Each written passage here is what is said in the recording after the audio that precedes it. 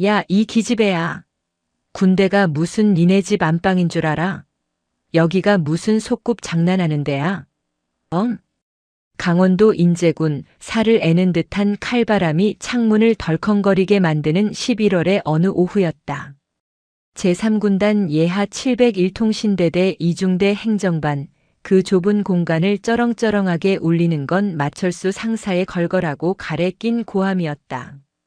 그는 입가에 묻은 누런 믹스커피 자국을 손등으로 대충 훔쳐내며 자신의 책상 앞에 부동자세로 서 있는 이지한 하사를 쏘아보았다. 마철수의 눈은 먹이를 앞에 둔 늙은 하이에나처럼 비열하게 번들거렸다. 여군이랍시고 꼬리 살랑살랑 흔들면 오냐오냐 해줄 줄 알았어? 어디 감히 선임이 말하는데 눈을 똑바로 뜨고 쳐다봐. 이게 아주 기어오르는 게 습관이 됐구만. 이지한 하사는 입술을 굳게 다물었다. 그녀의 단정한 전투복 소매 끝으로 주먹이 꽉 쥐어졌지만 얼굴색 하나 변하지 않았다. 165cm의 크지 않은 키였지만 꼿꼿하게 펴진 허리와 흔들림 없는 눈동자는 그녀가 범상치 않은 내공을 지녔음을 보여주고 있었다. 하지만 그런 당당함이 마철수의 열등감을 더욱 자극한다는 사실을 그녀는 알고 있었다. 마 상사님, 말씀이 지나치십니다. 저는 규정대로 장비 점검 리스트를 제출했을 뿐입니다. 그리고 3소대 통신망 불량은 장비 노후화 때문이지 제 관리 소홀이 아닙니다. 이지안의 차분한 대꾸에 마철수는 헛웃음을 터뜨리며 책상을 쾅 내리쳤다. 철제 책상 위에 놓여있던 서류들이 우수수 바닥으로 쏟아졌다. 행정반 구석에서 타자를 치던 행정병들이 화들짝 놀라 눈치를 보며 고개를 푹 숙였다. 말대꾸. 규정. 야 이지안. 네가 육군 규정집 달달 외우면 뭐 별이라도 달아줄 것 같냐? 융통성이라곤 쥐뿔도 없는 게 어디서 바락바락 대들어. 너 임관할 때 백 써서 들어왔지? 얼굴 반반하니까 윗선에 줄 좀 댔냐? 냄새가 나 냄새가. 명백한 성희롱이자 모욕이었다. 이지안의 눈썹이 꿈틀했다. 그녀의 아버지는 대한민국 육군의 정점 중 하나인 제3군단장 류태섭 중장이었다. 마음만 먹으면 지금 당장이라도 주머니 속에 휴대폰을 꺼내 아버지에게 전화 한 통, 아니 문자 한 줄만 보내도 마철수 같은 인간은 군복을 벗기는 것은 물론이고 사회에서 매장시킬 수도 있었다. 하지만 이지아는 참았다.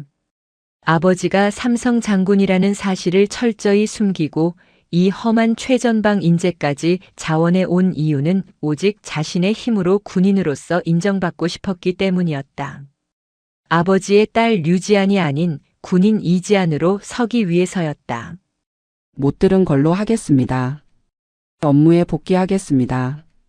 이지안이 등을 돌리려 하자 마철수가 자리에서 벌떡 일어나 그녀의 어깨를 거칠게 잡아챘다. 소나기 힘이 제법 셌지만 이지안은 반사적으로 꺾으려던 본능을 가까스로 억눌렀다. 특수전사령부 707 특임대 예비과정까지 수료했던 그녀에게 마철수 같은 배 나온 중년 부사관을 제압하는 건 식은 죽 먹기였다. 하지만 지금 그녀는 하사였고 그는 상사였다.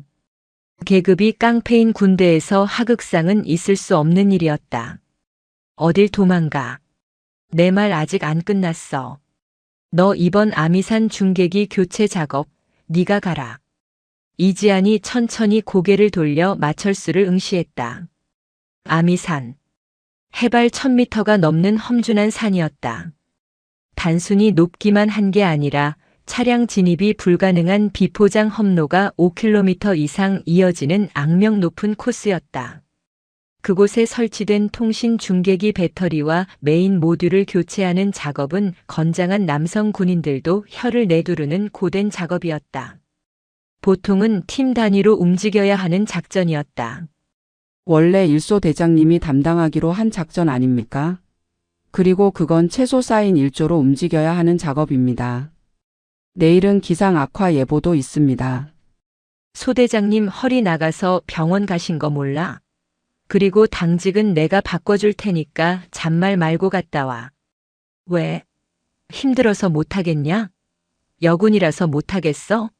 아이고, 우리 공주님 손에 흙 묻을까봐 걱정되시나 보네. 못하겠으면 지금 당장 옷 벗고 집에 가서 애나 보든가. 아니면 시집이나 가서 남편 밥이나 차려주던지. 마철수는 낄낄거리며 비아냥거렸다. 그의 누런 이가 드러날 때마다 역겨운 담배 냄새가 풍겼다. 이건 명백한 괴롭힘이었다. 힘든 작업을 떠넘겨서 길을 꺾어놓겠다는 신보였다. 게다가 여군이라서 못한다는 프레임을 씌우는 것은 이지안이 가장 참을 수 없는 모욕이었다. 명심해라. 내일 아침 8시다. 운전병 김일병이랑 같이 출발해. 내가 선탑할 거니까 늦지 마라. 마철수는 승리감에 도취된 표정으로 의자에 털썩 주저앉아 다시 믹스커피를 휘저었다. 이지아는 짧게 심호흡을 했다. 차가운 공기가 폐부 깊숙이 들어오며 뜨거워진 머리를 식혔다. 알겠습니다. 준비하겠습니다. 충성. 이지아는 절도 있게 경례를 붙이고 행정반을 나섰다. 문을 닫고 나오자마자 인제의 차가운 겨울바람이 뺨을 때렸다. 하늘은 금방이라도 눈이 쏟아질 듯 회색빛으로 잔뜩 흐려 있었다. 멀리 보이는 아미산의 능선이 마치 거대한 짐승의 등뼈처럼 날카롭게 솟아있었다. 참자. 류지안. 여기서 무너지면 아버지가 옳았다는 걸 인정하는 꼴이 돼. 그녀는 주먹을 꽉 쥐었다. 임관식 날 류태섭 중장은 딸의 어깨에 계급장을 달아주며 낮은 목소리로 말했었다. 지안아. 군대는 내가 생각하는 것보다 훨씬 더 불합리하고 더러운 곳일 수 있다. 내 도움 없이 버틸 수 있겠느냐? 지금이라도 말하면 사령부 행정직으로 돌려줄 수 있다. 그때 그녀는 고개를 저었다. 아니요, 아버지. 저는 아버지의 딸이 아니라 대한민국 육군 하사 이지안으로 인정받고 싶습니다. 가장 힘들고 험한 곳에서 시작하겠습니다.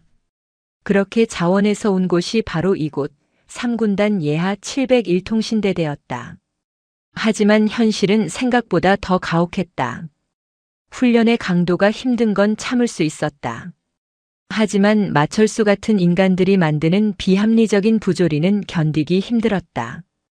그날 저녁 이지아는 내일 작전에 필요한 장비들을 점검하기 위해 통신창고로 향했다. 문을 열자 퀴퀴한 곰팡이 냄새와 기름 냄새가 코를 찔렀다. 그녀는 내일 짊어지고 올라가야 할 배터리와 모듈을 확인했다. 배터리 하나의 무게만 25kg.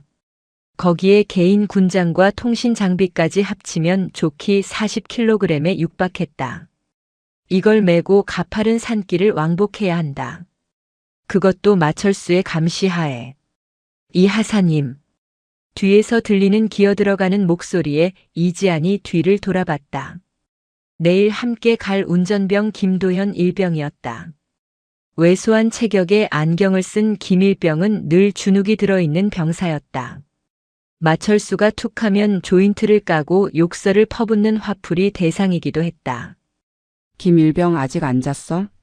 내일 운행 나가려면 일찍 쉬어야지. 그게 마 상사님이.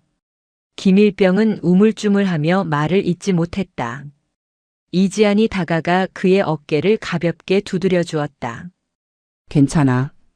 말해봐.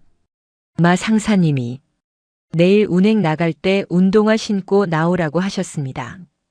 뭐? 운동화? 작전 투입되는데 전투화가 아니라 운동화를 신으라고 했다고? 이지안의 눈이 커졌다. 산악 지형에서 그것도 무거운 짐을 날라야 하는 작전에서 발목을 잡아주지 못하는 운동화를 신는다는 건 자살행위나 다름없었다. 아니, 애초에 군인이 작전 중에 사복 운동화를 신는다는 것 자체가 군기 위반이었다. 네.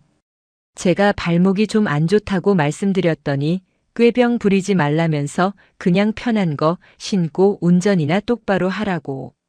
산 타는 건 이 하사님이 다 할 거라고. 순간 이지안의 머릿속에 쌓은 느낌이 스쳤다.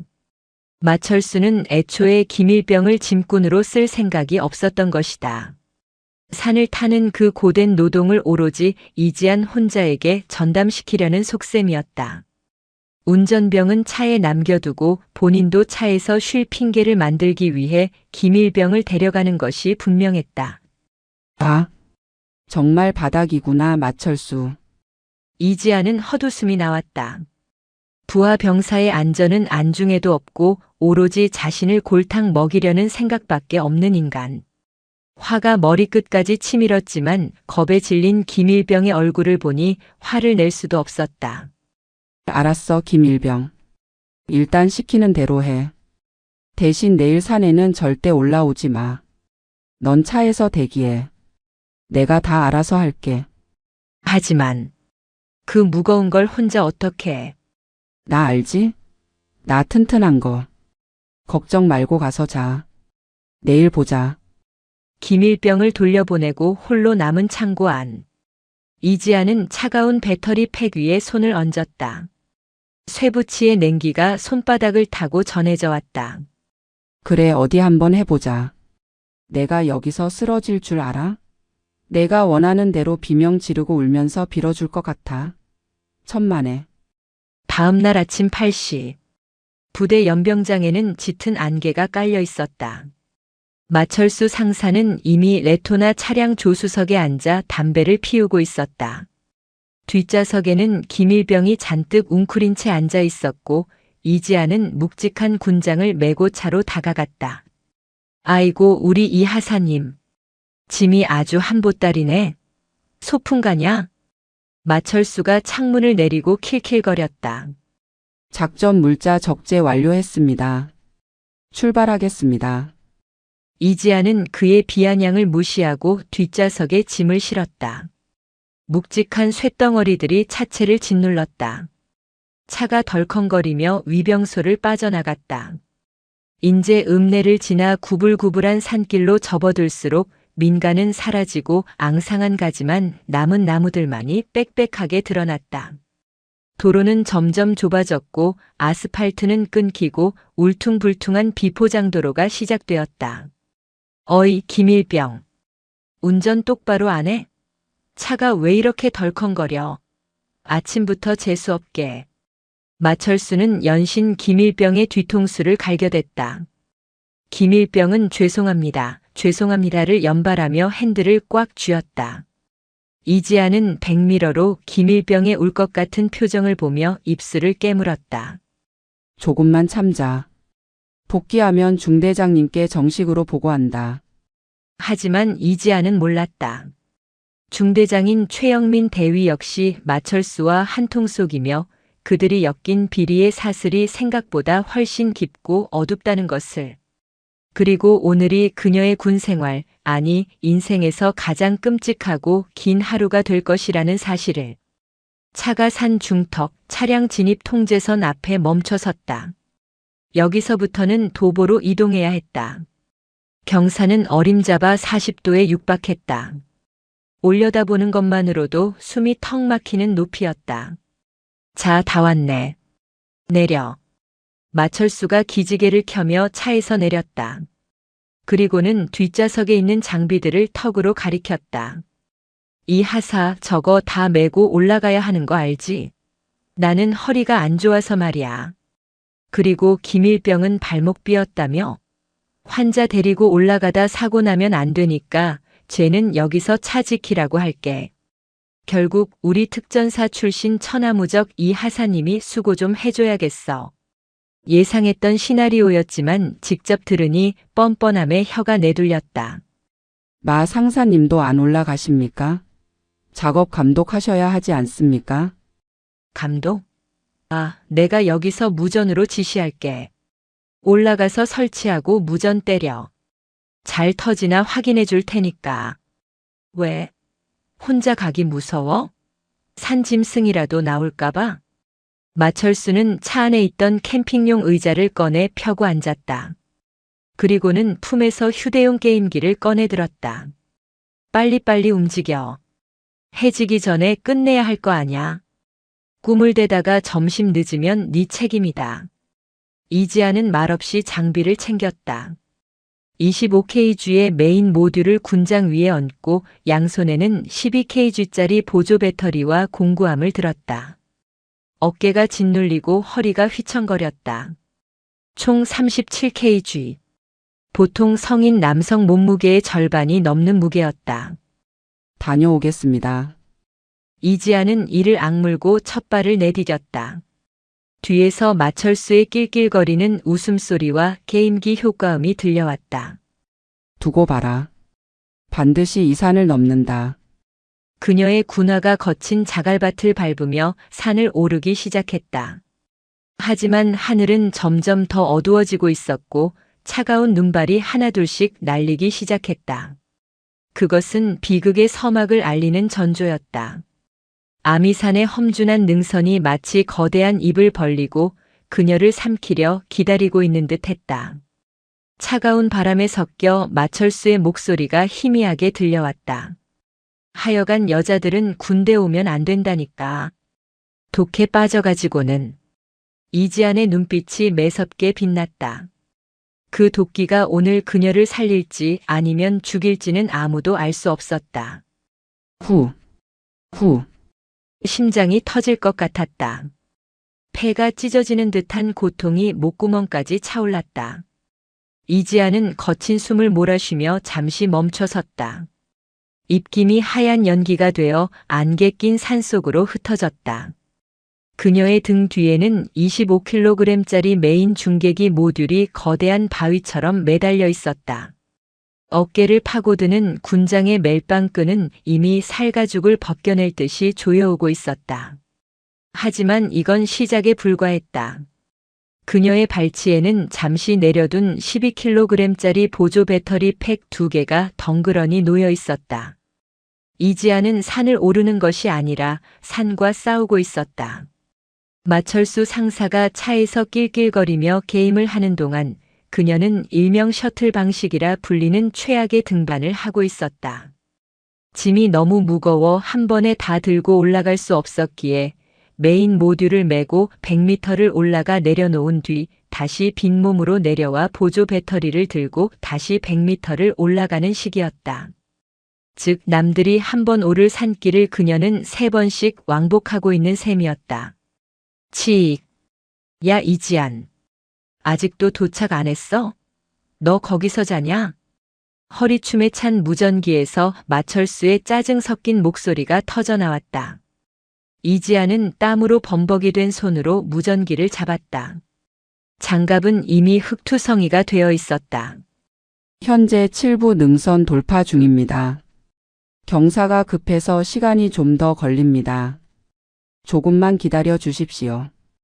핑계는 아주 청산 유수지. 야, 김일병이 끓여준 라면 다 불어터졌다. 너 때문에 우리까지 점심 못 먹고 있잖아. 빨리 안 움직여? 군기가 빠져가지고는. 이지아는 이를 악물었다. 차 안에서 히터를 틀어놓고 라면을 먹고 있을 그들의 모습이 눈앞에 선했다. 억울함이 울컥 치밀어 올랐지만 그녀는 감정을 억누르고 다시 짐을 짊어졌다. 25kg의 무게가 다시 전신의 관절을 짓눌렀다. 이동하겠습니다. 한 발 한 발이 천근만근이었다. 아미산의 등산로는 사람의 발길이 닿지 않아 낙엽이 두껍게 쌓여 있었고 그 아래는 얼음이 얼어 미끄러웠다. 몇 번이나 발을 헛디딜 뻔했지만 그때마다 나무 뿌리를 움켜쥐며 버텼다. 손톱 밑에 흙이 박히고 손바닥이 까졌지만 고통을 느낄 겨를조차 없었다. 시간은 속절없이 흘러 오후 1시를 넘어가고 있었다. 이미 체력은 바닥난 지 오래였다. 다리가 후들거려 서 있기조차 힘들었다. 하지만 여기서 멈출 수는 없었다. 이지아는 아버지를 생각했다. 이 정도도 못 버티면서 무슨 군인이 되겠다고. 류태섭 중장의 엄한 목소리가 환청처럼 들려왔다. 그녀는 고개를 세차게 저으며 정신을 다잡았다. 정상이 눈앞에 보였다. 이제 마지막 구간이었다. 가장 가파르고 위험한 바위 능선. 이 구간만 넘으면 중계기 설치 장소였다. 그때였다. 다시 무전기가 울렸다. 야, 이지안. 너 일부러 늦장 부리는 거지? 내가 지금 망원경으로 보고 있는데 너 거기 서서 뭐하냐? 경치 구경하냐? 거짓말이었다. 숲이 우거져 아래에서는 그녀가 보일 리 없었다. 그저 재촉하기 위해 아무 말이나 던지는 것이었다. 아닙니다.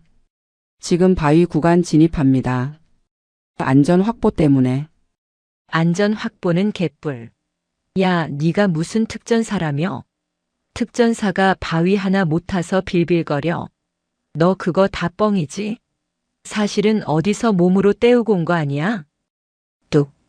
이성의 끈이 끊어지는 소리가 들리는 듯 했다. 몸으로 때우다니. 군인으로서, 아니 한 인간으로서 감내할 수 있는 모욕의 선을 넘었다. 순간적으로 시야가 붉어지며 현기증이 일었다. 분노로 인해 호흡이 흐트러졌다. 말씀 조심하십시오. 이지안이 무전기에 대고 소리친 그 순간이었다. 흥분한 탓에 발을 딛고 있던 바위 틈에 흙이 무너져 내렸다. 중심이 뒤로 쏠렸다. 등 뒤에 메고 있던 25kg의 군장이 그녀를 벼랑 끝으로 잡아당겼다. 손을 뻗어 잡을 것을 찾았지만 허공을 가를 뿐이었다. 세상이 뒤집혔다. 으악. 짧은 비명과 함께 이지안의 몸이 능선 아래로 곤두박질 쳤다. 우당탕. 둔탁한 소리와 함께 그녀의 몸이 나무와 바위에 부딪히며 굴러떨어졌다. 군장의 무게 가속도가 붙어 멈출 수가 없었다. 헬멧이 바위에 부딪혀 깨지고 전투복이 날카로운 나뭇가지에 찢겨나갔다. 쿵. 마지막으로 거대한 충격이 옆구리를 강타했다. 숨이 턱 막히며 눈앞이 하얗게 전멸했다. 그녀의 몸은 등산로에서 수십 미터 아래 떨어진 덤불 속에 처박혔다. 쿨럭. 입에서 비릿한 피 냄새가 확 올라왔다. 움직이려 했지만 몸이 말을 듣지 않았다. 왼쪽 옆구리에서 불에 타는 듯한 끔찍한 고통이 밀려왔다. 갈비뼈가 부러져 장기를 찌른 것이 분명했다. 다리는 감각이 없었다. 치익, 치익. 멀리 떨어진 곳으로 튕겨나간 무전기에서 마철수의 목소리가 들려왔다. 야, 이지안, 대답해. 야, 일부러 무시하냐? 내 말 안 들려? 이지안은 손을 뻗으려 했지만 손가락 하나 까딱할 수 없었다. 흐릿해지는 시야 사이로 회색빛 하늘이 빙글빙글 돌았다. 눈꺼풀이 천근만근 무거워졌다. 아버지. 죄송해요. 의식이 칠흑 같은 어둠 속으로 잠겨들었다. 차가운 산바람만이 쓰러진 그녀의 위를 무심하게 스쳐 지나갔다. 아씨, 왜 대답이 없어? 이 기집애가 진짜 돌았나? 산 아래 차 안에서 마철수는 신경질적으로 무전기를 좌석에 내동댕이 쳤다. 옆에 있던 운전병 김일병이 깜짝 놀라 어깨를 움츠렸다. 상사님, 혹시 무슨 일 생긴 거 아닙니까? 아까 비명 같은 게 들린 것 같기도 하고. 비명은 무슨, 힘들다고 엄살 피우는 거겠지. 일부러 무전 끄고 농땡이 치는 거야. 내가 모를 줄 알고. 마철수는 믹스커피 종이컵을 구겨 쓰레기 봉투에 던져 넣었다. 하지만 10분이 지나고 20분이 지나도 무전은 침묵을 지켰다. 슬슬 불안감이 엄습해왔다. 만약 진짜 사고라도 났다면? 자신이 현장에 없었다는 게 밝혀지면 징계는 피할 수 없었다. 아니, 진급 심사가 코앞인데 꼬투리를 잡힐 수는 없었다. 아우, 귀찮게 진짜. 야, 김일병, 너 차 지키고 있어. 내가 좀 올라갔다 올 테니까. 마철수는 투덜거려며 차에서 내렸다. 하지만 그는 서두르지 않았다. 천천히 담배 한 대를 꺼내 물고는 어슬렁어슬렁 산길을 오르기 시작했다. 어디 짱 박혀서 자고 있기만 해봐라. 아주 죽여버릴 테니까. 그러나 산 중턱에 다다랐을 때 마철수의 표정이 굳어졌다. 등산로 중간에 찢어진 전투복 조각과 핏자국이 보였다. 그리고 바닥에 긁힌 자국이 절벽 아래로 길게 이어져 있었다. 그는 낭떠러지 아래를 내려다보았다. 수십 미터 아래 덤불 속에 희미하게 군청색 물체가 보였다. 사람이다. 이지안이었다. 허헉. 야, 이 하사. 대답이 없었다. 미동도 하지 않았다. 마철수의 등줄기에 식은땀이 흘렀다. 이건 단순한 낙상이 아니었다. 상황이 심각했다. 정상적인 군인이라면, 아니 정상적인 사람이라면 당장 휴대폰을 꺼내 119에 신고하거나 부대 의무대 호출을 해야 했다. 지금이 바로 사람의 목숨을 살릴 수 있는 골든타임이었다.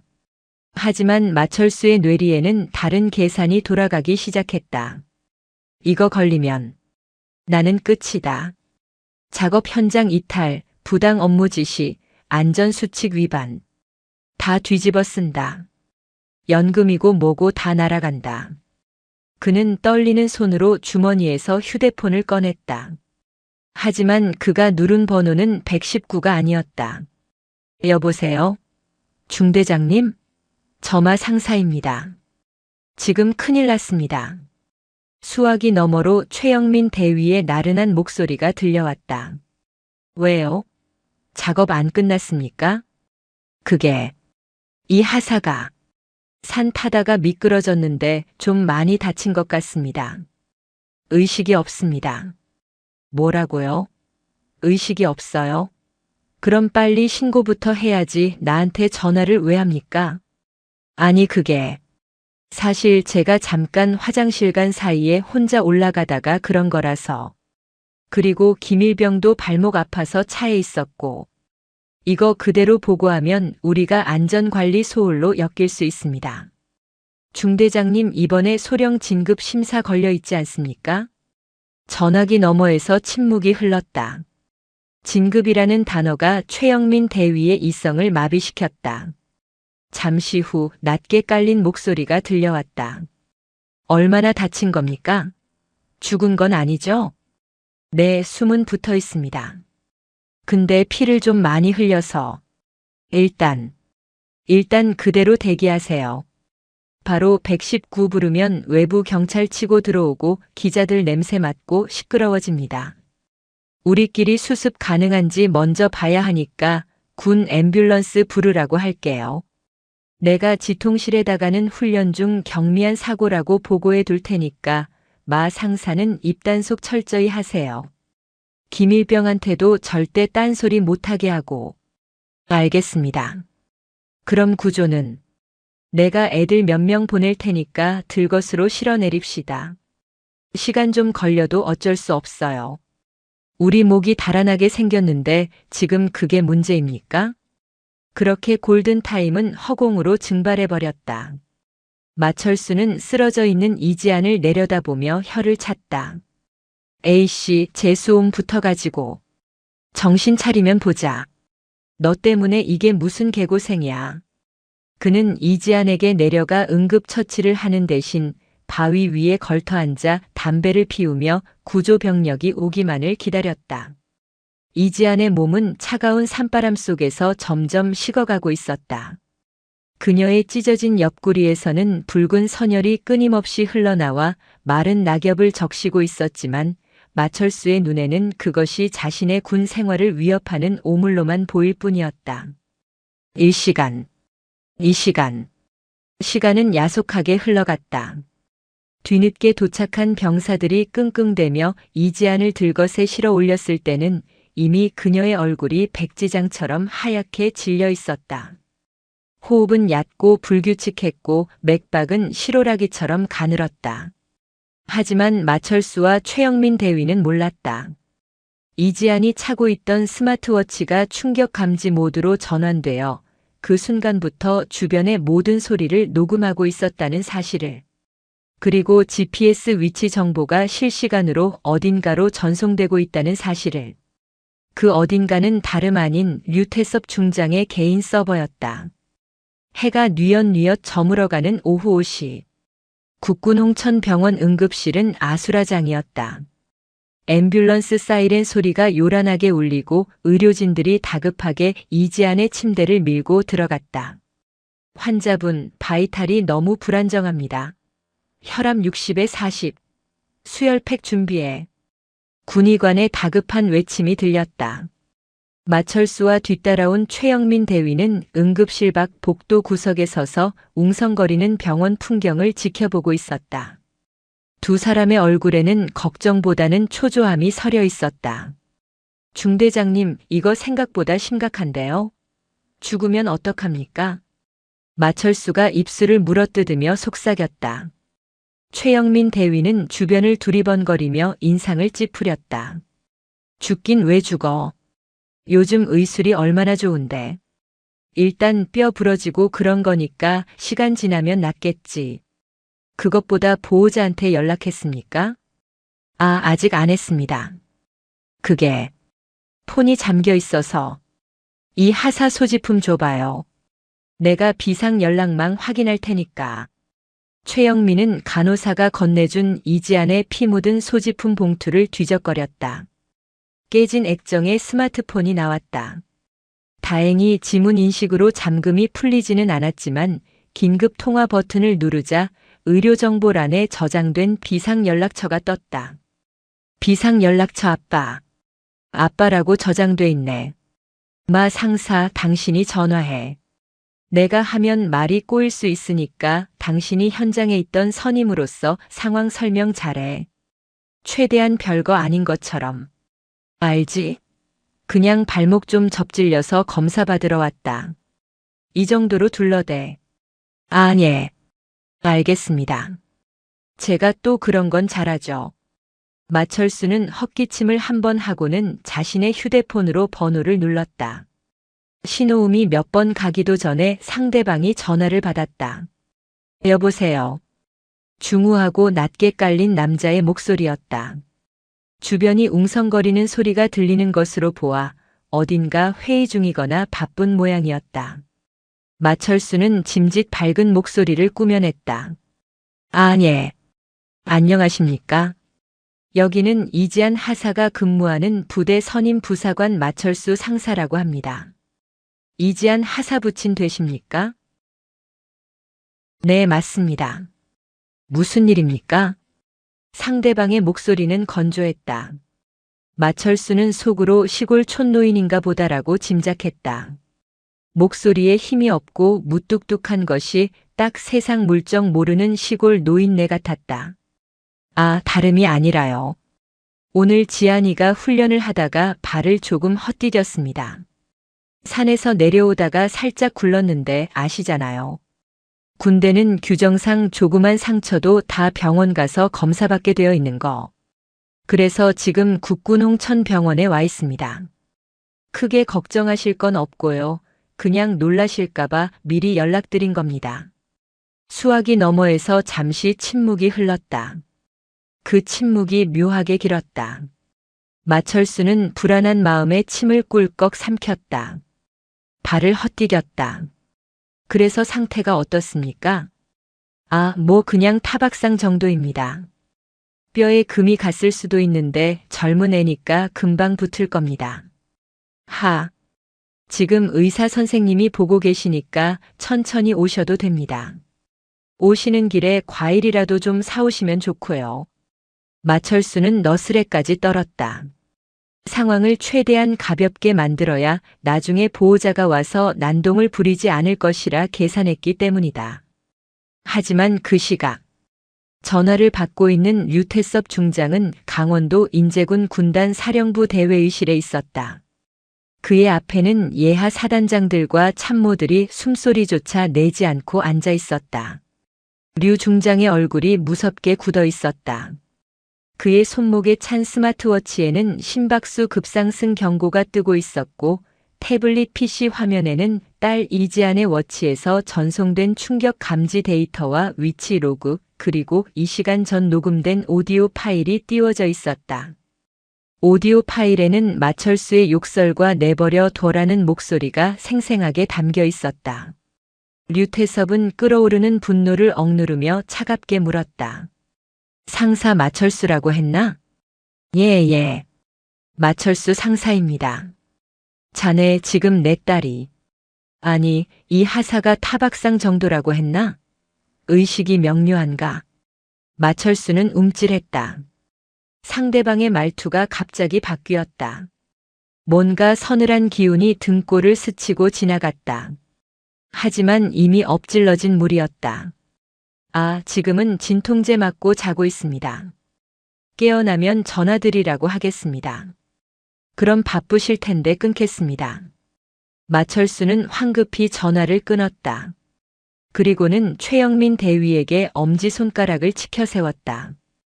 중대장님 해결했습니다. 시골 노인네 같은데 그냥 알겠다고 하네요. 천천히 올 것 같습니다. 그래요? 다행이네. 그럼 우리도 입 좀 맞추고 병원장한테 가서 부탁 좀 합시다. 훈련 기록지도 좀 수정해야 하고. 두 사람이 안도의 한숨을 내쉬며 자판기 커피를 뽑아 마시려는 순간이었다. 우웅. 우웅.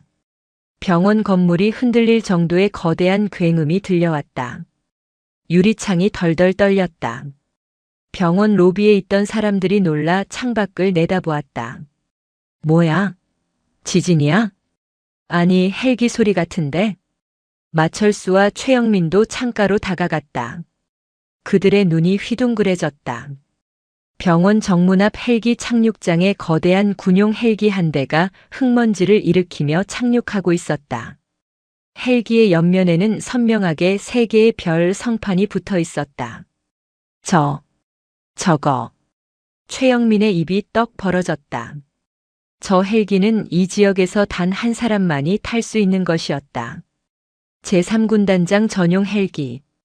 헬기 문이 열리고 완전 무장한 헌병들이 쏟아져 나와 병원 입구를 통제하기 시작했다. 그리고 그 사이로 베레모를 쓴 류태섭 중장이 싸늘한 표정으로 내렸다. 그의 뒤로 별 2개, 별 하나를 단 장군들이 줄줄이 따르고 있었다. 마치 전쟁터에 나가는 지휘관의 모습이었다. 중대장님. 저거 군단장님 아닙니까? 군단장님이 여기 왜? 마철수가 사색이 되어 물었다. 최영민은 대답할 수 없었다. 그의 다리가 미친 듯이 떨리고 있었다. 류태섭 중장은 헬기에서 내리자마자 병원장과 수행원들을 대동하고 응급실을 향해 성큼성큼 걸어왔다. 그의 눈은 그 누구도 마주치기 힘들 만큼 무시무시한 살기를 띠고 있었다. 복도 끝에서 걸어오는 류 중장의 시선이 자판기 앞에 서 있는 마철수와 최영민에게 꽂혔다. 그 순간 마철수는 깨달았다. 자신이 아까 통화했던 시골 노인네가 누구였는지, 그리고 자신이 건드린 것이 벌집이 아니라 잠자는 용의 영린이었다는 것을. 잘못 걸려온 전화가 그들의 인생을 송두리째 박살낼 카운트를 시작했다. 9999. 병원 건물을 집어삼킬 듯 했던 헬기의 프로펠러 소리가 잦아들었지만 응급실 복도에는 그보다 더 무겁고 차가운 침묵이 내려앉았다. 마치 공기의 무게가 달라진 듯 했다. 자판기 뒤에 숨죽이고 서 있던 마철수 상사와 최영민 대위는 본능적으로 등골이 오싹해지는 것을 느꼈다. 응급실 자동문이 열리고 가장 먼저 들어선 것은 검은색 베레모를 쓴 헌병대원들이었다. 그들은 군기가 바짝 든 동작으로 복도 양옆을 통제하며 길을 텄다. 그 살벌한 분위기에 병원 직원들조차 숨을 죽이고 벽으로 물러섰다. 그리고 그 길의 끝에서 육군 제3군단장 류태섭 중장이 걸어 들어왔다. 그의 전투복 왼쪽 가슴에는 훈장들이, 오른쪽 어깨에는 지휘관을 상징하는 녹색 견장이, 그리고 계급장에는 은색으로 빛나는 3개의 별이 박혀 있었다.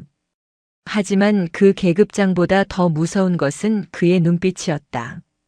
전쟁터를 수없이 겪은 노장의 눈빛은 지금 당장이라도 누군가를 찢어밟힐 듯이 붉게 충혈되어 있었다.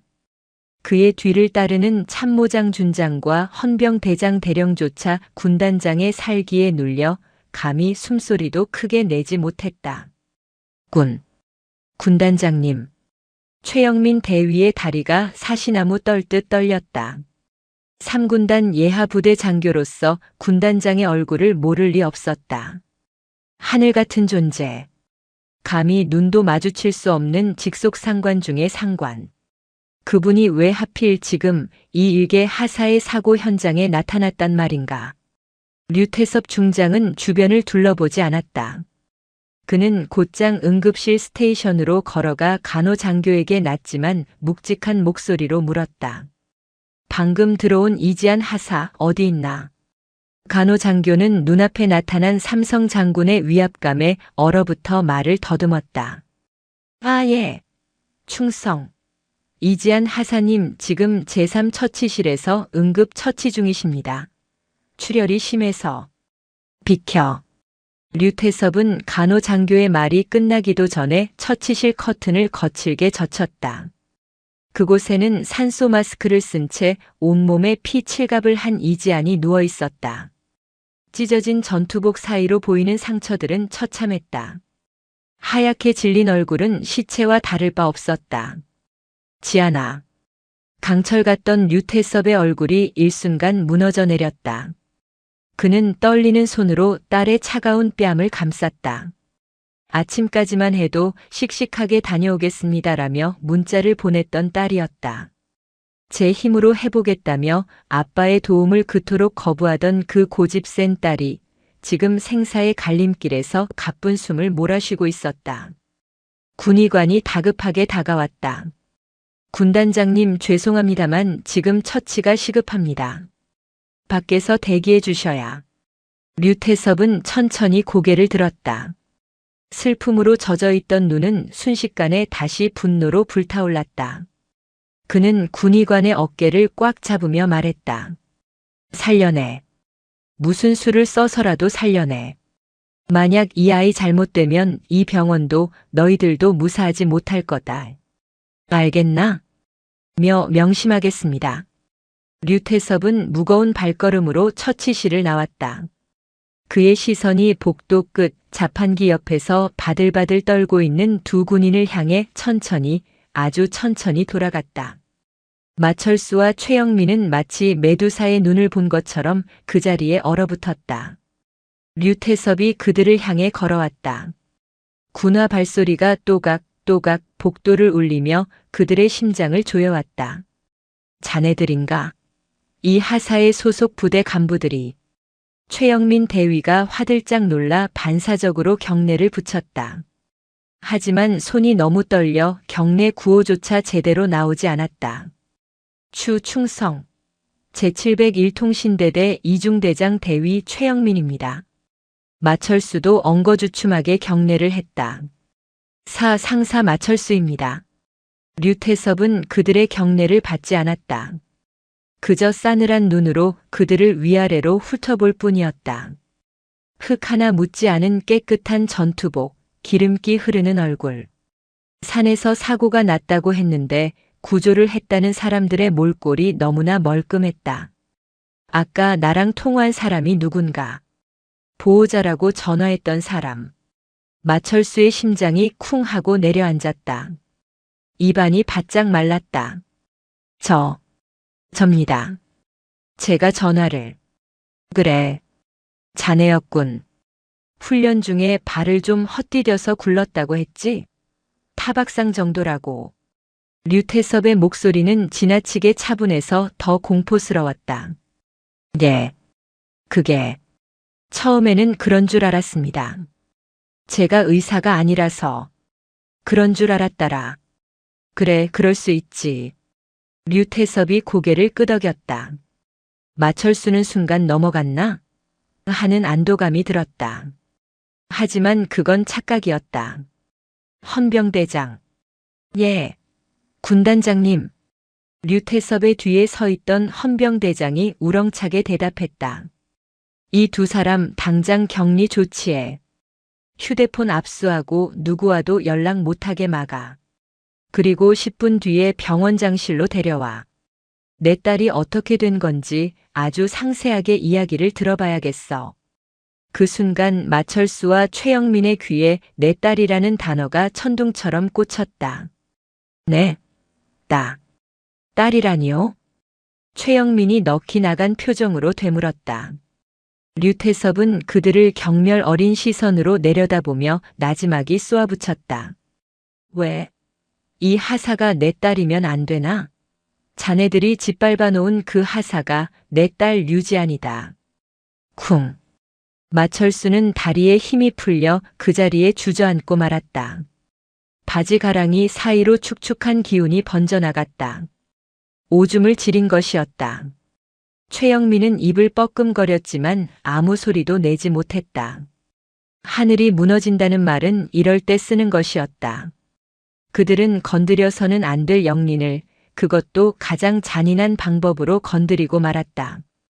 병원장실의 공기는 무거웠다. 최고급 소파에 앉아있는 류태섭 중장의 앞에는 무릎을 꿇은 마철수와 최영민이 있었다.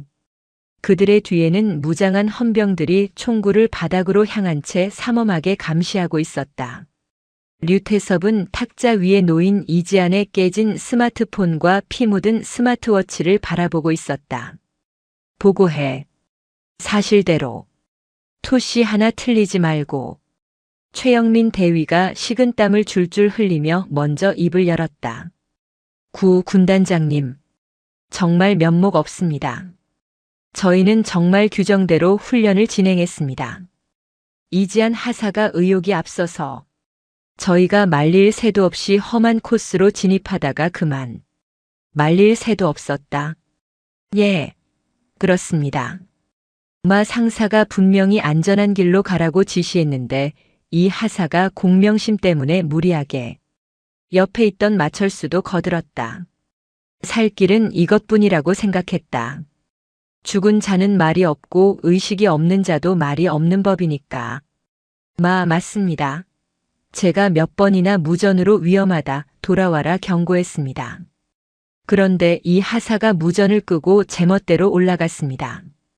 제가 현장에 같이 있었는데 막으려고 뛰어갔지만 이미 늦어서. 자네가 현장에 있었다고. 류태섭이 눈썹을 치켜 세웠다. 예, 그럼요. 제가 바로 뒤따라가고 있었습니다. 제 군복 보시면 아시겠지만 저도 구하려다가 흙도 묻고. 마철수는 급하게 자기 바지에 묻은 약간의 먼지를 털어보였다. 류태섭은 헛웃음을 지었다. 재미있군. 자네들의 소설은 아주 흥미로워. 류태섭은 손짓으로 참모에게 신호를 보냈다. 참모가 태블릿 PC를 탁자 위에 올려놓고 재생 버튼을 눌렀다. 치익. 적막한 방 안에 노이즈 섞인 소리가 울려 퍼졌다. 그것은 이지안의 스마트워치가 녹음한 현장의 소리였다. 야, 이지안, 대답해. 야, 일부러 무시하냐? 내 말 안 들려? 아씨, 왜 대답이 없어?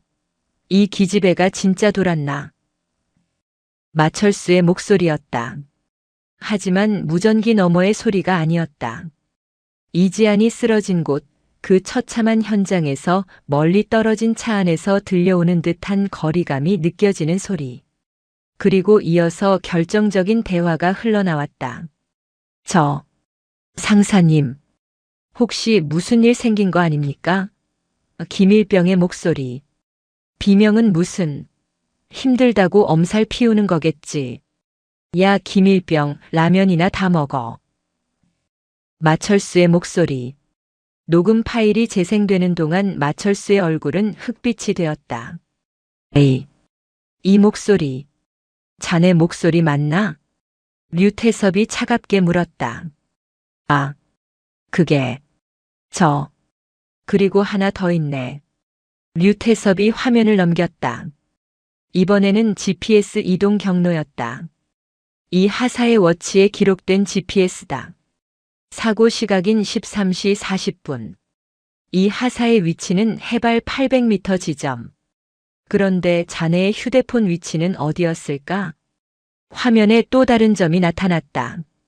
그 점은 산 입구 도로변에 멈춰 있었다. 해발 300m. 차량 대기 장소. 자네는 산에 올라가지 않았어.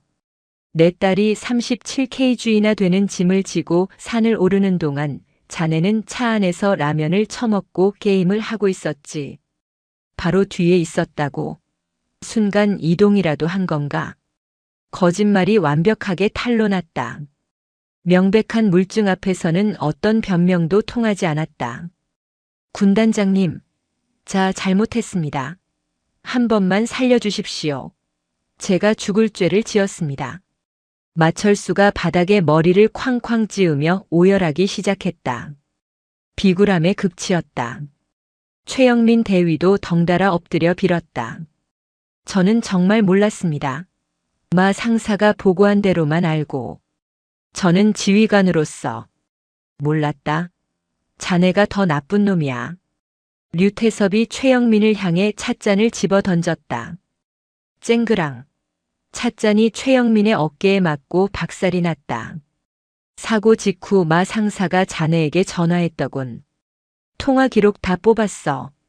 119 신고하지 말라고 지시한 게 자네라며?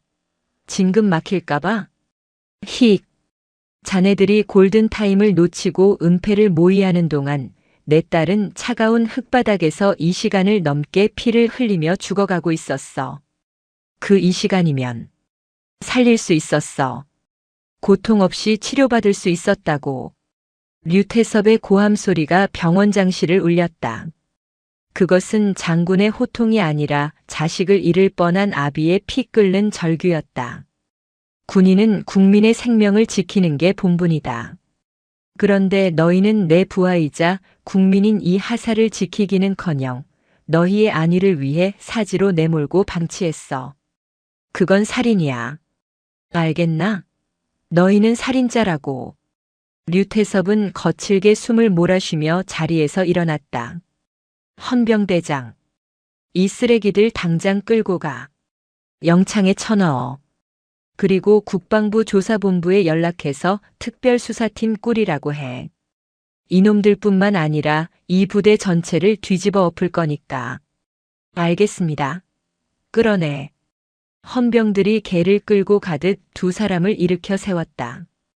군단장님, 군단장님, 살려주십시오. 제발요. 집에 처자식이 있습니다. 마철수가 발버둥을 치며 소리 질렀다. 류태섭은 그를 차갑게 내려다보며 마지막 한마디를 던졌다. 처자식? 내 딸에게도 아비가 있다네. 아주 힘센 아비가. 자네는 그걸 잊었어. 절망적인 비명과 함께 두 사람은 질질 끌려나갔다.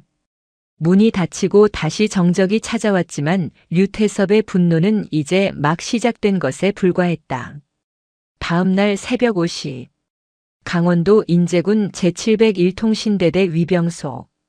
아직 어둠이 채 가시지 않은 시각, 부대 정문 앞으로 검은색 승합차 10여 대와 헌병대 버스가 들이닥쳤다.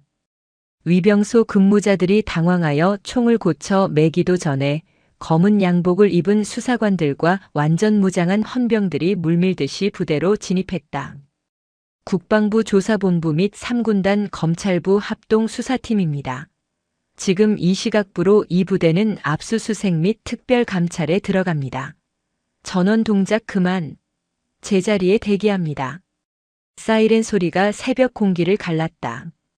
생활관에서 자고 있던 병사들이 눈을 비비며 뛰쳐나왔고 당직 사령은 사색이 되어 상황실로 뛰어갔다. 이것은 단순한 사고 조사가 아니었다. 류태섭 군단장이 부대 전체를 뒤집어 엎으라고 명령한 소탕 작전이었다. 대대장실, 행정반, 군수과, 통신과. 수사관들은 닥치는 대로 문을 열고 들어가 서류와 컴퓨터, 하드디스크를 압수했다. 이게 무슨 일이야? 전쟁 났어? 병사들은 웅성거렸다. 하지만 곧 소문이 퍼졌다. 이중대 마 상사와 중대장이 이지한 하사를 죽일 뻔했고 이 하사가 사실은 군단장 딸이었다는 소문이. 야, 들었냐? 이 하사가 군단장님 딸이래. 미친. 마 상사 그 인간 진짜 좆됐네. 툭하면 이 하사 괴롭혔잖아. 잘됐다. 저번에 나한테도 욕하고 돈 빌려가서 안 갚았는데 이번에 아주 싹 다 털렸으면 좋겠다. 병사들의 반응은 공포보다는 통쾌함에 가까웠다. 그만큼 마철수와 최영민의 평소 행실은 바닥이었다. 한편 부대 내 격리실로 끌려온 김도현 일병은 덜덜 떨고 있었다.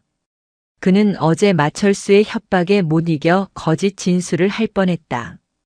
철컥. 문이 열리고 날카로운 인상의 군 검찰관이 들어왔다. 김도현 일병. 묻는 말에만 대답합니다. 사실대로 말하면 정상 참작이 되지만 거짓말을 하면 공범으로 처벌받습니다. 어제 산에서 무슨 일이 있었습니까? 김일병은 울음을 터뜨렸다. 저는 정말 가고 싶었는데 마 상사님이 차에 있으라고 운동화 신고 오라고 시키셔서 이 하사님 혼자 그 무거운 걸. 김일병의 입에서 그날의 진실이 본물 터지듯 쏟아져 나왔다. 마철수의 폭언, 가혹행위, 근무태만 그리고 사고 후 은폐 시도까지 모든 것이 진술조서에 기록되었다. 같은 시각 군단 헌병대 유치장. 마철수와 최영민은 서로 다른 독방에 갇혀 있었다. 수사관들은 죄수의 딜레마를 이용해 그들을 심리적으로 압박했다. 수사관이 최영민의 방에 들어가 넌지시 말을 던졌다. 최 대위님. 마철수 상사가 다 불었습니다. 자기는 119 신고하려고 했는데 최 대위님이 진급 때문에 막았다고 하던데요. 모든 책임은 중대장님한테 있다는데 맞습니까? 뭐라고요? 그 미친 새끼가. 제가 언제 그랬습니까? 마 상사가 먼저 전화와서 제가 알아서 처리하겠습니다 했지. 아, 억울합니다. 제가 증거 다 있어요. 그놈이 평소에 기름 빼돌려서 판 돈 저한테 상납한 장부도 다 있다고요. 최영민은 흥분해서 마철수의 여죄까지 스스로 불어버렸다. 반대로 마철수의 방에서는 이런 대화가 오갔다. 마 상사. 중대장님은 자네가 시켜서 한 일이라고 하던데. 그리고 자네가 병사들 부식비 횡령한 거랑 이 하사 성희롱한 것까지 다 진술했어. 아이고. 중대장 그놈이 진짜 나쁜 놈입니다. 시키는 대로 안 하면 고과 최하점 준다고 협박해서 어쩔 수 없이. 제가 다 기록해놨습니다. 그놈이 어디 룸살롱 가서 접대받았는지 다 적어놨다고요. 그들은 살기 위해 서로의 목을 물어뜯었다. 수사관들은 웃음을 참으며 그들의 진술을 하나하나 받아 적었다. 단순히 과실치사가 아니었다. 횡령, 뇌물수수, 직권남용, 근무지 이탈, 공문서 위조. 파면 팔수록 고구마 줄기처럼 썩은 비리들이 줄줄이 딸려 나왔다. 이지한 하사의 사고가 기폭제가 되어 그동안 묻혀있던 제701통신대대의 악의 고리가 끊어지고 있었다. 그리고 그날 오후 군단장실에서 보고를 받던 류태섭은 창밖을 바라보며 나지막이 중얼거렸다. 아직 멀었어. 이건 시작일 뿐이다. 그의 시선은 병원 쪽을 향해 있었다. 딸은 아직 깨어나지 못하고 있었다. 가해자들을 법적으로 매장시키는 것은 시간 문제였지만 진짜 싸움은 이제부터였다. 여론전 그리고 딸의 회복. 류태섭은 전화기를 들었다. 수화기 너머로 국방부 장관 비서실이 연결되었다. 3군 단장입니다. 장관님께 드릴 말씀이 있습니다. 제 직을 걸고 말씀드려야 할 사안입니다. 그의 목소리에는 비장함이 서려 있었다. 이 사건을 단순히 군 내부의 문제로 끝내지 않고 세상 밖으로 끄집어내어 본보기를 보이겠다는 결단이었다. 사냥개들은 풀렸다. 이제 사냥감들이 도망칠 곳은 지구상 어디에도 없었다. 억울합니다. 정말 억울합니다. 제 아들은 그저 시키는 대로 했을 뿐인데 삼성 장군이라는 사람이 권력으로 힘없는 하급 장교를 짓밟고 있습니다. 서울의 한 방송국 스튜디오. 아침 시사 프로그램에 출연한 최영민 대위의 모친이 손수건으로 눈물을 훔치며 오열하고 있었다. 옆에는 인권 변호사라는 타이틀을 단 뺀질뺀질한 인상의 사내가 엄숙한 표정으로 거들었다. 이 사건의 본질은 간단합니다. 훈련 중에 발생한 안타까운 사고를 군단장이라는 아버지가 감정적으로 받아들여 부하들에게 화풀이하는 것입니다. 이것이야말로 전형적인 계급 갑질이자 내 자식 챙기기 아닙니까? 이지한 하사가 장군의 딸이 아니었다면 과연 헌병대가 이렇게까지 먼지 털기식 수사를 했을까요? 방송이 나가자마자 인터넷 여론이 술렁이기 시작했다. 사람들은 자극적인 헤드라인에 반응했다. 삼성 장군의 갑질? 훈련 사고인가 권력 남용인가? 내로남불 군대 문화 같은 기사들이 포털 사이트 메인을 장식했다. 진실을 모르는 대중들은 마철수와 최영민을 권력에 희생된 불쌍한 군인으로 동정하기 시작했다. 구치소 독방에 갇혀있던 최영민은 변호사가 넣어준 신문을 보며 낄낄거렸다. 역시 어머니야. 여론이 우리 편이라고. 아무리 쓰리스타라도 국민 여론 앞에서는 꼬리 내릴 수밖에 없어. 조금만 버티면 집행유예로 나갈 수 있다. 옆방의 마철수 역시 희망을 품었다. 자신들의 악행은 쏙 뺀 채 강압적인 수사만을 부각한 작전이 먹혀들고 있었다. 그들은 자신들이 파놓은 함정이 얼마나 깊은지, 그리고 류태섭 중장이 얼마나 무서운 사냥꾼인지 전혀 모르고 있었다. 같은 시각 국군 홍천병원 VIP 병실. 며칠 만에 깊은 잠에서 깨어난 이지한 하사가 힘겹게 눈을 떴다. 산소호흡기는 떼어졌지만 온몸에는 붕대가 감겨 있었다. 침대 곁을 지키고 있던 류태섭 중장의 눈가가 젖어들었다. 지안아, 알아보겠느냐? 아, 아버지. 목소리는 갈라지고 미약했다. 류태섭은 딸의 손을 조심스럽게 잡았다. 미안하다. 아비가 늦어서. 정말 미안하다. 이지아는 고개를 저으려다 통증 때문에 인상을 찌푸렸다. 그녀의 눈동자가 TV 화면을 향했다. 화면 속에는 최영민의 모친이 거짓 눈물을 흘리는 장면이 재방송되고 있었다. 이지안의 눈빛이 차갑게 식었다.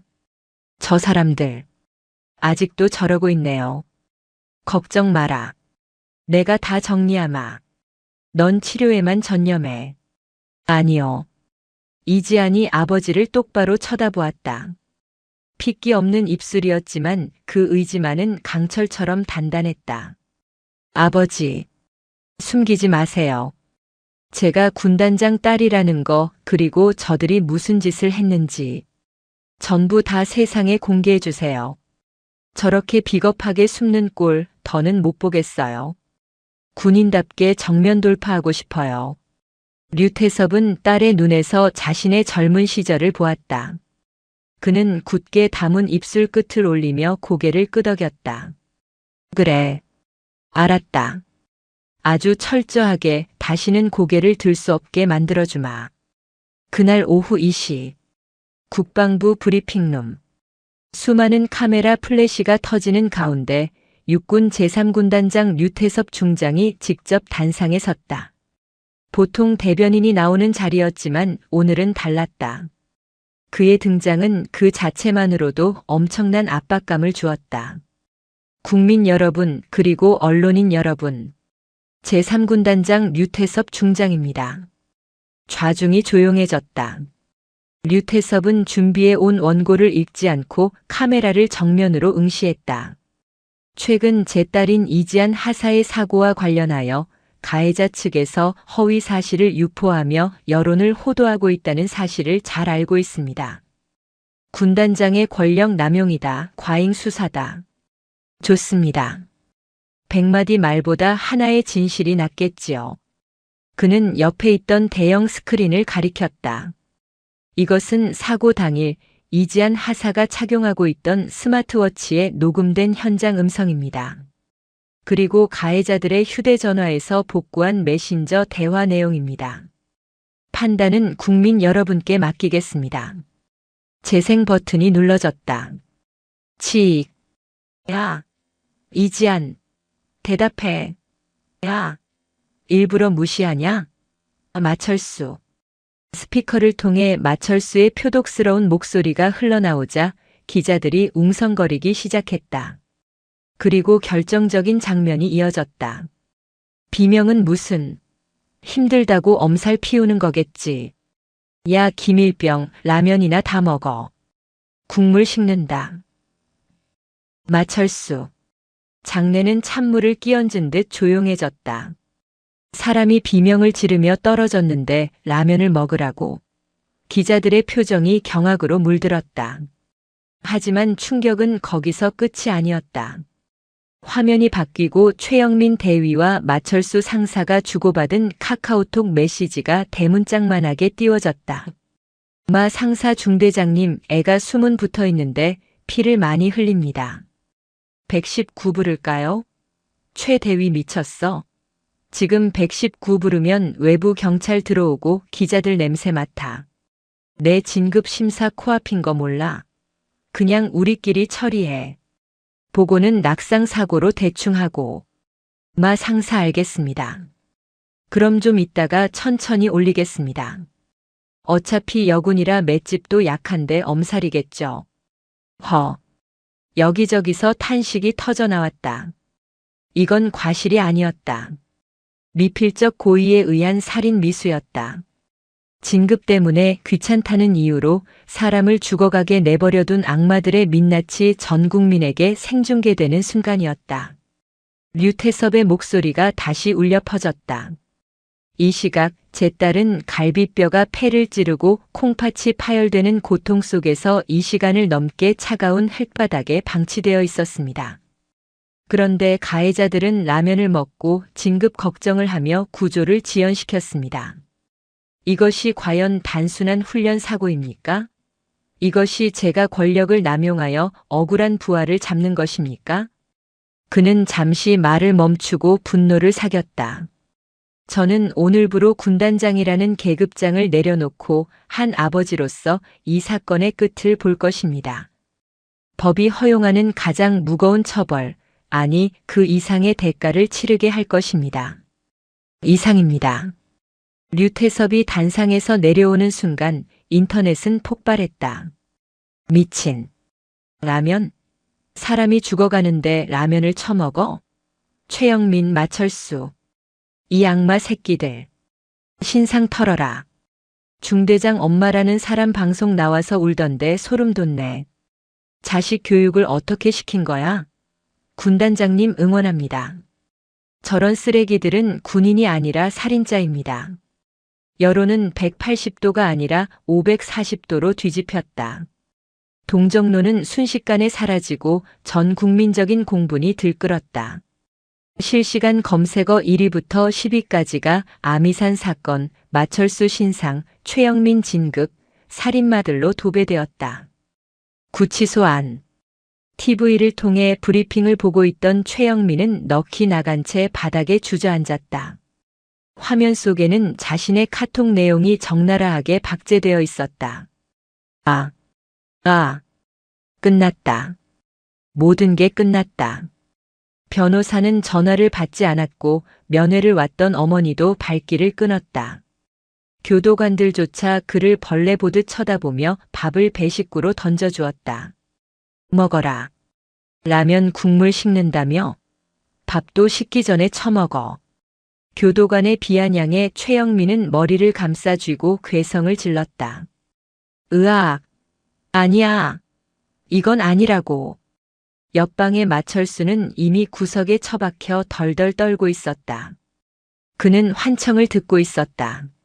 마 상사님 하고 부르던 이지안의 목소리, 그리고 자신이 낄낄거리며 했던 라면이나 먹어라는 말이 메아리처럼 귓가를 맴돌았다. 사회의 매장은 법적인 처벌보다 더 빨랐다. 마철수의 아내가 운영하던 식당에는 계란과 밀가루가 투척되었고 살인자 가족이라는 낙서가 도배되었다. 최영민의 집 앞에는 유튜버들이 진을 치고 24시간 생중계를 하며 그들의 가족을 압박했다. 그들이 이지안에게 주었던 고통, 그리고 그녀를 방치했던 그 시간들이 부메랑이 되어 그들의 숨통을 조여오고 있었다. 며칠 후 병실에서 뉴스를 보던 이지아는 덤덤한 표정으로 채널을 돌렸다. 속이 좀 시원하냐? 류태섭이 사과를 깎으며 물었다. 이지아는 옅은 미소를 지었다. 아직요. 재판이 남았잖아요. 판사님 망치 소리 들을 때까지는 참으려고요. 독한 녀석. 누굴 닮아서 그렇게 독해. 누구긴요. 쓰리스타 류태섭 장군님 딸인데요. 부녀는 처음으로 마주보고 웃었다. 창밖으로 비치는 햇살이 눈부셨다. 어둠은 걷히고 있었고 이제 심판의 시간만이 남아 있었다. 그들이 흘린 거짓 눈물은 이제 진짜 피눈물이 되어 흐를 차례였다. 탕, 탕, 탕. 피고인들은 조용히 하세요. 여기가 시장터입니까? 대한민국 국방부 고등군사법원 제1법정. 재판장의 엄한 호통이 장내를 울렸다. 법정은 발 디딜 틈 없이 꽉 차 있었다. 방청석을 가득 메운 취재진과 일반 시민들, 그리고 이지안 하사를 지지하는 전우들의 눈빛은 하나같이 피고석에 앉은 두 남자를 향해 맹렬한 분노를 뿜어내고 있었다. 피고석에 앉은 마철수 전 상사와 최영민 전 대위는 불과 몇 달 전에 거만하던 모습은 온데간데 없었다. 수의를 입은 그들의 얼굴은 헬쑥하게 말라 있었고 눈밑은 검게 죽어 있었다. 존경하는 재판장님, 저는 정말 억울합니다. 저는 중대장의 지시를 따랐을 뿐입니다. 상명하복이 생명인 군대에서 제가 어떻게 장교의 명령을 거부합니까? 마철수가 울먹이며 소리쳤다. 그러자 옆에 앉아있던 최영민이 벌떡 일어나 마철수의 멱살을 잡으려 들었다. 이 미친 새끼가. 네가 먼저 전화해서 덮자고 했잖아. 네가 내 진급 책임져 줄 거냐고 꼬드겼잖아. 재판장님, 저놈이 주범입니다. 저는 그저 순간적인 판단 착오로. 그만. 둘 다 앉으시오. 헌병들이 그들을 강제로 자리에 앉혔다. 서로에게 책임을 떠넘기며 추악한 밑바닥을 보이는 그들의 모습에 방청석에서는 야유와 탄식이 터져나왔다. 저런 쓰레기들이 간부였다니. 사형시켜라. 살인마들. 재판장이 장례를 진정시킨 후 검찰관에게 눈짓을 보냈다. 검찰관이 자리에서 일어나 비장한 표정으로 입을 열었다. 이번 사건은 단순한 업무상 과실이 아닙니다.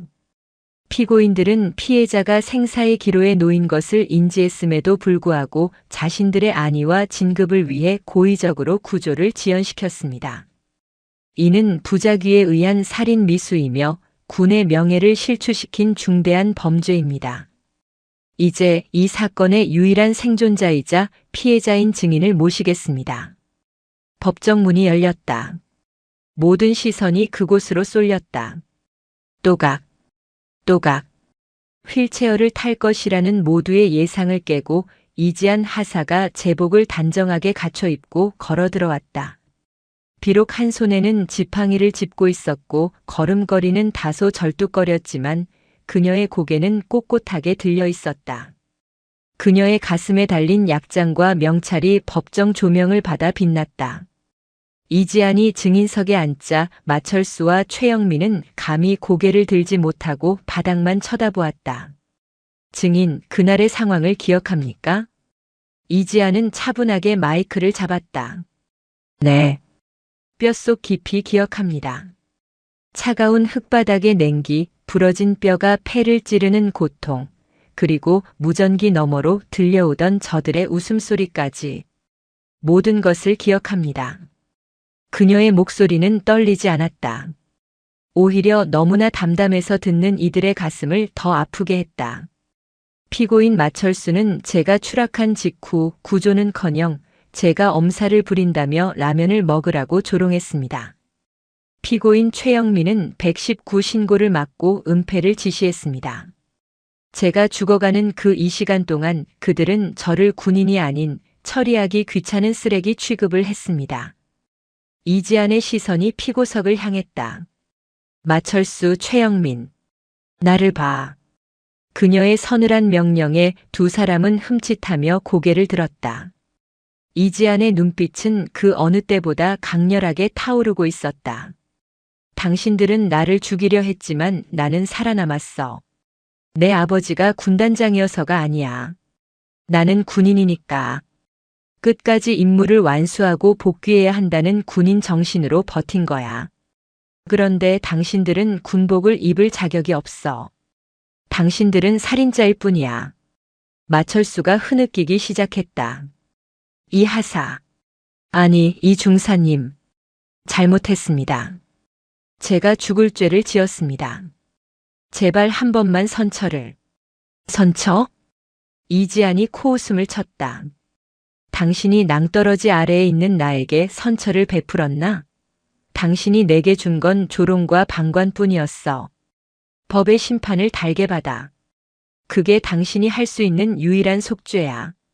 이지안의 증언이 끝나자 법정 안은 눈물바다가 되었다.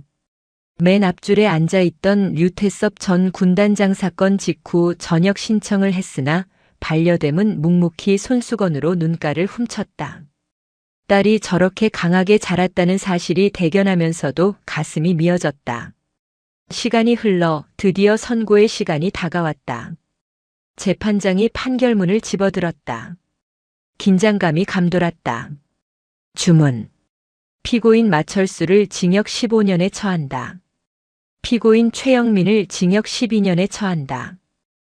허. 방청석에서 환호성 대신 놀라움의 탄성이 터졌다. 군사법원 역사상 과실치상 혐의로 이 정도의 중형이 선고된 전례는 없었다. 살인 미수 혐의가 인정된 것이다.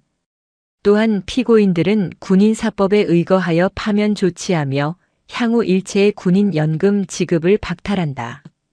아, 안 돼. 내 연금, 내 돈. 마철수가 비명을 지르며 바닥에 쓰러졌다. 그의 인생을 지탱하던 유일한 밥줄이자 노후 대책이었던 군인 연금이 허공으로 사라지는 순간이었다. 재판장님, 너무합니다. 15년이라니요.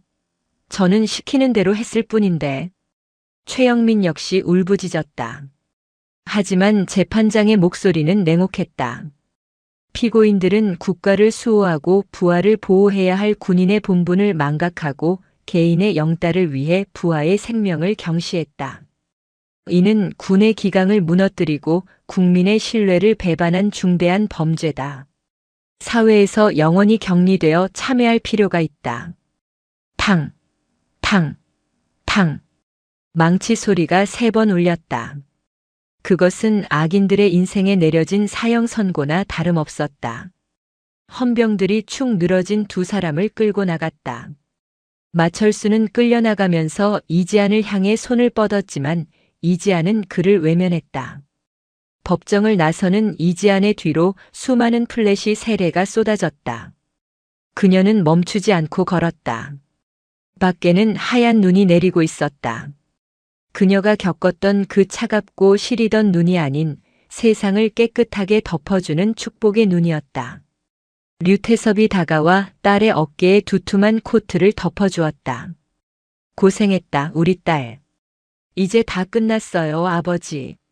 아니, 이제 시작이다. 너의 군 생활은. 두 부녀는 눈 내리는 법원 앞을 나란히 걸어갔다. 뒤에서 시민들이 힘내세요. 정의는 승리합니다. 라고 외치는 소리가 메아리처럼 울려 퍼졌다. 1년 후, 경기도 이천에 위치한 육군 교도소. 이곳은 군대 내에서 죄를 지은 자들이 모이는 지옥 중의 지옥이었다. 야, 3802번. 동작 안 빨라? 설거지 똑바로 안 해? 식당 구석에서 고무 장갑을 낀 채 식판을 닦고 있는 중년의 남자가 있었다. 머리는 빡빡 밀렸고 얼굴은 주름 자글자글한 노인처럼 변해버린 남자. 마철수였다. 죄송합니다. 허리가 아파서. 허리. 야, 네가 시킨 37kg 군장에 비하면 깃털 아니냐? 꾀병 부리지 말고 빨리 닦아. 오늘 안에 못 끝내면 독방인 거 알지? 젊은 수감자가 마철수의 뒤통수를 탁 쳤다. 이곳에서 마철수는 인간 쓰레기 취급을 받았다. 그의 사건이 워낙 유명했던 탓에 살인범이나 강도범들조차 그를 경멸했다. 부하를 버리고 라면을 먹은 상사. 그 꼬리표는 감옥 안에서도 그를 가장 밑바닥 계급으로 만들었다. 마철수는 눈물을 삼키며 차가운 물에 손을 담갔다. 손가락 마디마디가 터지고 갈라져 쓰라렸다. 그때 신고만 했더라도, 아니, 내가 직접 들고 올라갔더라면. 후회는 늦었다. 아내는 이혼 서류를 보내왔고 자식들은 면회조차 오지 않았다. 그에게 남은 건 14년의 수감 생활과 평생 짊어지고 가야 할 비난뿐이었다. 옆방의 최영민 역시 폐인이 되어 하루 종일 벽만 보고 중얼거리고 있다는 소문이 들렸다. 그것이 그들이 치러야 할 죗값이었다. 같은 시각 경기도 광주특수전학교 707 특수임무단 선발 테스트 마지막 관문 30km 산악 구보 전원 준비. 교관의 우렁찬 목소리가 연병장을 울렸다. 수백 명의 지원자들이 긴장된 표정으로 출발선에 섰다. 그 맨 앞줄에 짧게 자른 머리에 땀을 비오듯 흘리고 있는 이지안 중사 진급함가 있었다. 그녀의 몸은 1년 전과는 비교할 수 없을 정도로 단단해져 있었다. 재활치료는 지옥 같았다. 뼈를 깎는 고통을 참아내며 그녀는 다시 걸었고 뛰었고 그리고 쇠질을 했다. 아버지가 마련해준 편한 행정직 보직도 마다했다. 그녀의 목표는 단 하나, 대한민국 최정예 부대인 707에 들어가는 것이었다. 지안아, 무리하지 마라. 관중석 VIP 룸에서 류태섭 대장 진급함이 망원경으로 딸을 지켜보고 있었다. 그는 이제 3군 단장을 넘어 6군 참모총장의 자리에 올라 있었다. 하지만 지금 그의 눈에는 별 4개짜리 장군의 위험이 아닌 딸을 걱정하는 아버지의 애틋함만이 담겨 있었다. 출발. 총성이 울리고 수백 명의 군인들이 튀어나갔다. 이지아는 선두그룹에서 달렸다. 숨이 턱끝까지 차올랐다. 사고 후유증으로 비가 오면 아직도 옆구리가 쑤셨다. 하지만 그녀는 멈추지 않았다. 이 정도 고통은 아무것도 아니다. 나는 그 산에서도 살아 돌아왔다. 그녀의 뇌리에 마철수의 비웃음이 스쳐 지나갔다. 여군이라서 못하겠어? 공주님 손에 흙 묻을까봐? 이지아는 이를 악물고 속도를 높였다. 땀방울이 눈을 찔러도 닿지 않았다. 1명, 2명, 남자 군인들을 추월했다. 1시간, 2시간. 결승점이 눈앞에 보였다. 다리가 터질 것 같았다. 하지만 그녀의 눈빛은 그 어느 때보다 형형하게 빛나고 있었다. 와! 환호성과 함께 이지안이 가장 먼저 결승 테이프를 끊었다. 남녀 통합 1등. 기적 같은 결과였다. 그녀는 바닥에 쓰러지지 않고 무릎을 짚고 거친 숨을 몰아쉬었다. 교관이 다가와 그녀의 어깨를 두드렸다. 대단하다 이 중사. 아니, 이제 707 요원이지. 합격을 축하한다. 이지아는 활짝 웃었다. 지난 1년의 서름과 고통이 땀과 함께 씻겨 내려가는 기분이었다. 그날 저녁 임관식장. 류태섭 참모총장이 직접 딸의 가슴에 707부대 마크와 흉장을 달아주었다. 자랑스럽다. 내 딸 류지안이 아니라 대한민국 최고의 전사 이지안 중사가.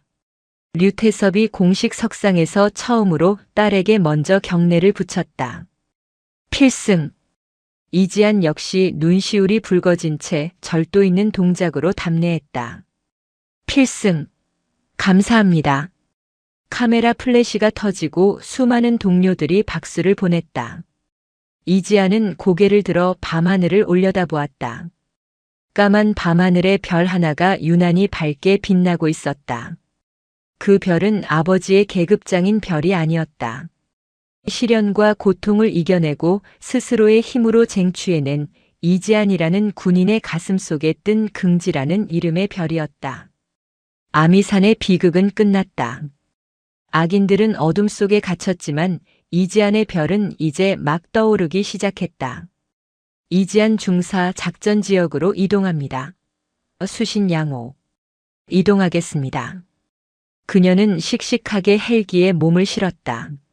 로터 소리가 심장 박동처럼 힘차게 울렸다.